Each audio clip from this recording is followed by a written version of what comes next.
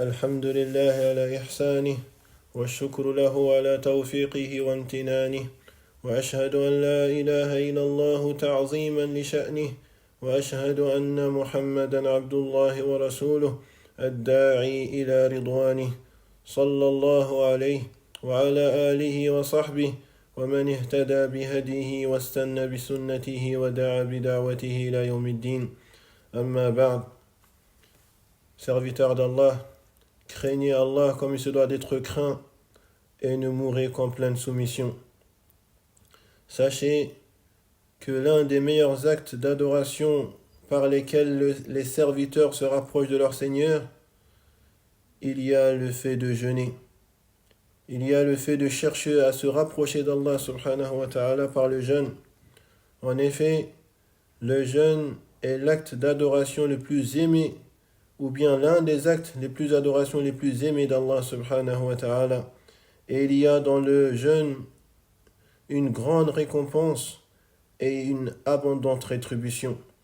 Selon Abu Huraira radiyallahu anhu, il nous dit que le prophète sallallahu alayhi wa sallam a dit: le jeûne est un bouclier et une forteresse imprenable contre les flammes de l'enfer, rapporté par l'imam Ahmed. Et selon Abdullah ibn Omar, qu'Allah les agrée, il nous dit que le messager d'Allah sallallahu alayhi wa sallam a dit: le jeûne et le Coran intercéderont pour le serviteur le jour de la résurrection. Le jeûne dira: ô Seigneur, je l'ai privé de nourriture et de ses désirs, permets-moi donc d'intercéder pour lui. Et le Coran dira: je l'ai empêché de dormir la nuit, permets-moi d'intercéder pour lui. Alors ils intercéderont pour le serviteur. Allahu Akbar. Allahu Akbar.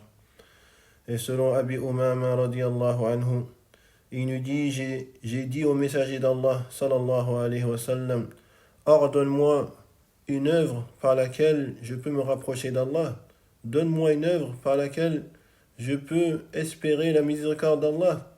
Et le prophète sallallahu alayhi wa sallam lui dit: jeûne, car rien ne lui est comparable. Et il lui demanda une deuxième fois la même question: y a-t-il une autre œuvre par laquelle je peux me rapprocher d'Allah? Et le prophète lui dit: jeûne, car le jeûne, rien ne lui est comparable. Et une troisième tentative, en demandant la même question au prophète sallallahu alayhi wa sallam: y a-t-il une œuvre en plus par laquelle je peux me rapprocher d'Allah? Alors le prophète lui répondit de la même manière: jeûne, car le jeûne, rien ne lui est comparable. Et ce hadith est rapporté par Nasa'i et Ibn Khuzaymah, rahimahumullah.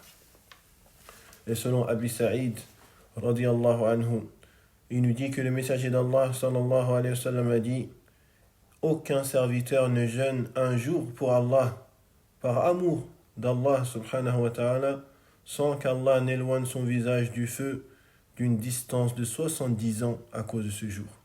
Un seul jour que tu jeûnes sincèrement pour Allah, Allah éloigne de toi le feu de l'enfer d'une distance de 70 ans à cause de ce jour que tu as jeûné. Allahu Akbar. Et ce hadith il est rapporté par Al-Bukhari wa Muslim, wa Tirmidhi wa Nasa'i. Donc si le jeûne a un statut si élevé, alors sachez que nous sommes dans un mois durant lequel le prophète sallallahu alayhi wa sallam tenait à jeûner la majeure partie du mois, qui est le mois de Sha'ban. Selon Aïcha radiyallahu anha, elle a dit au prophète sallallahu alayhi wa sallam: je ne t'ai jamais vu jeûner autant dans un mois que le mois de Sha'ban. Et ce hadith est rapporté par l'imam al-Bukhari et Muslim. Selon Anas ibn Malik radiyallahu anhu, il nous dit: le mois de Sha'ban était le mois que le prophète sallallahu alayhi wa sallam aimait le plus jeûner. Et c'est rapporté par l'imam Ahmed. Et selon Salama radiyallahu anha, elle nous dit: je n'ai jamais vu le messager d'Allah sallallahu alayhi wa sallam jeûner 2 mois consécutifs, sauf le mois de Sha'ban et de Ramadan. C'était les seuls mois qui jeûnaient de manière consécutive, sallallahu alayhi wa sallam. Et donc le croyant a dans le messager d'Allah un excellent exemple à suivre.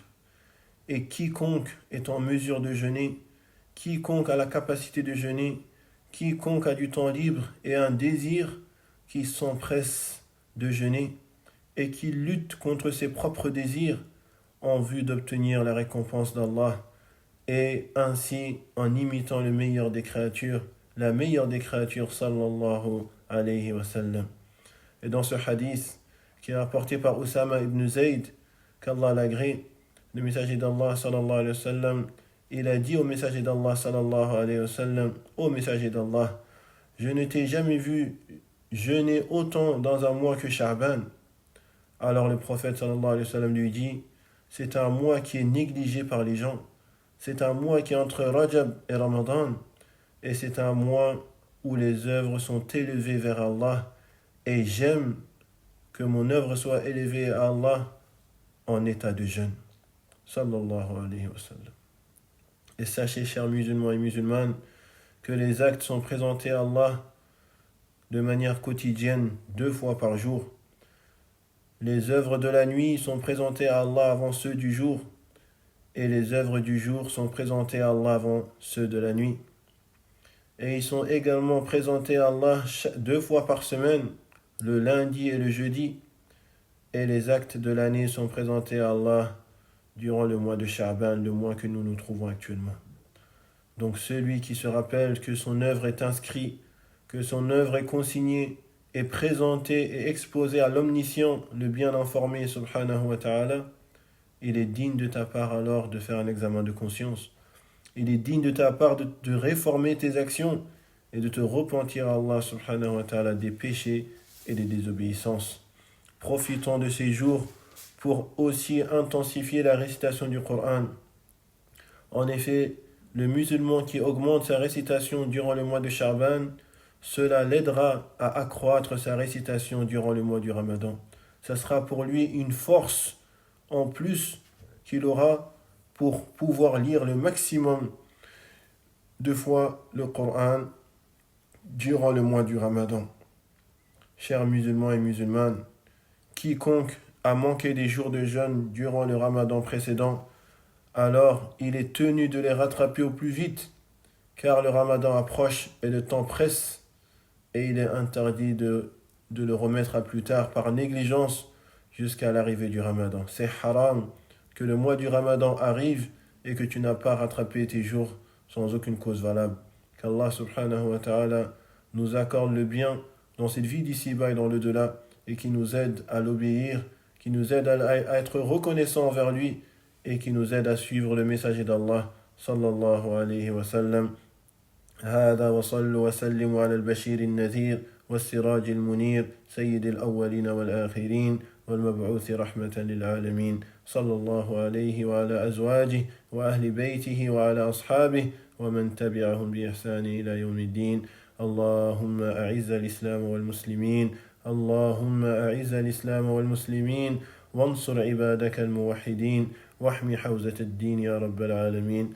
اللهم اغفر ذنوبنا واستر عيوبنا ويسر أمورنا واشرح صدورنا ونور قلوبنا واختم بصالحات أعمالنا وبالسعادة آجالنا.